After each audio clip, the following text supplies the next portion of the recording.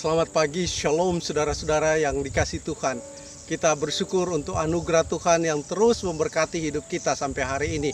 Pagi ini kembali kita akan merenungkan satu bagian firman Tuhan yang diambil dari Amsal 24 ayat 23 hingga yang ke-26. Saya akan membaca ayat 23b sampai 25. Firman Tuhan demikian, memandang bulu dalam pengadilan tidaklah baik.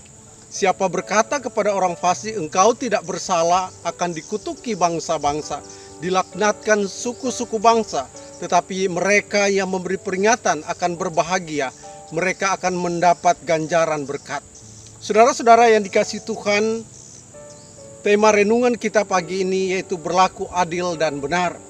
Saudara, ada perkataan bahwa keadilan adalah milik semua orang, tidak membedakan suku, ras, status sosial, miskin atau kaya. Di mata hukum semua sama, atau istilah lain adalah equality before the law. Semua sama di hadapan Tuhan, tidak ada perbedaan. Itulah yang dinamakan keadilan. Namun ada begitu banyak orang pesimis dengan hal ini. Mereka mengatakan itu adalah teori, pada prakteknya berbeda. Memang saudara, karena ada kalanya kita melihat praktek-praktek hukum yang dilakukan di pengadilan, di mana hanya menguntungkan pihak tertentu yang memiliki uang dan kekuasaan, sehingga dapat dikatakan bahwa hukum dapat dibeli. Nah saudara yang dikasih Tuhan, praktek pembelian hukum itu bukan saja terjadi di zaman ini. Di zaman perjanjian lama praktek hukum seperti ini sudah dilakukan, di mana hukum itu bisa diperjualbelikan. Orang-orang kaya, orang-orang memiliki kuasa, mereka dapat membeli hukum. Sehingga orang-orang miskin, para janda yang harusnya mendapat keadilan, tidak mendapat keadilan di pengadilan. Nah saudara-saudara yang kasih Tuhan, karena itu di dalam bagian firman Tuhan, secara khusus di dalam perjanjian lama, Tuhan seringkali mengatakan kepada para nabi, bahwa mereka harus mengingatkan bangsa Israel agar memperlakukan para janda, orang-orang miskin dengan adil. Di dalam Mika pasal 6 ayat 6 sampai 8, Tuhan begitu keras mengatakan kepada bangsa Israel bahwa aku tidak menuntut engkau memberi korban persembahan berupa anak lembu, domba jantan, minyak. Yang kutuntut adalah bagaimana umatku berlaku adil, mencintai kesetiaan, rendah hati di hadapan Tuhan.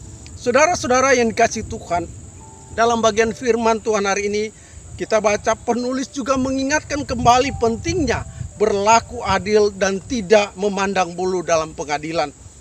Mereka yang salah harus dihukum sesuai dengan hukum yang berlaku. Seorang yang benar harus dibebaskan dari hukuman.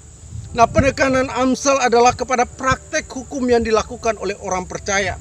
Seorang yang percaya Tuhan harus berani mengatakan salah kepada yang salah dan benar kepada yang benar.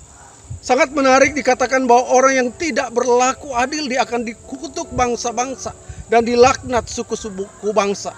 Artinya bahwa ketika seorang tidak berlaku adil, maka orang-orang yang akan menghujat dia, dan tentunya itu bukan sesuatu yang menyenangkan Tuhan.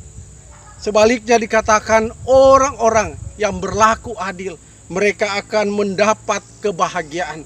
Mereka akan mendapat ganjaran berkat.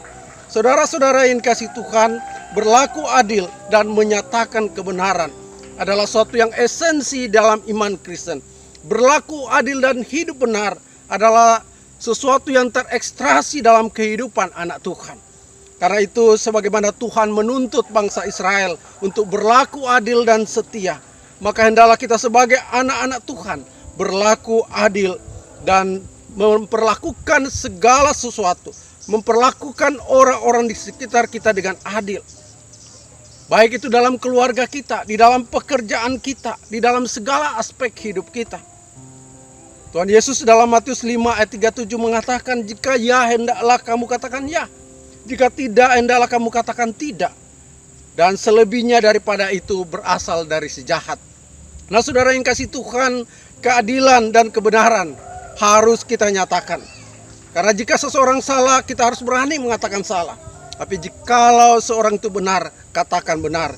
Itulah keadilan yang Tuhan inginkan kita praktekkan sebagai anak-anak Tuhan dalam hidup kita. Marilah kita berlaku adil, marilah kita berlaku benar di dalam segala aspek hidup kita. Tuhan Yesus memberkati kita. Amin.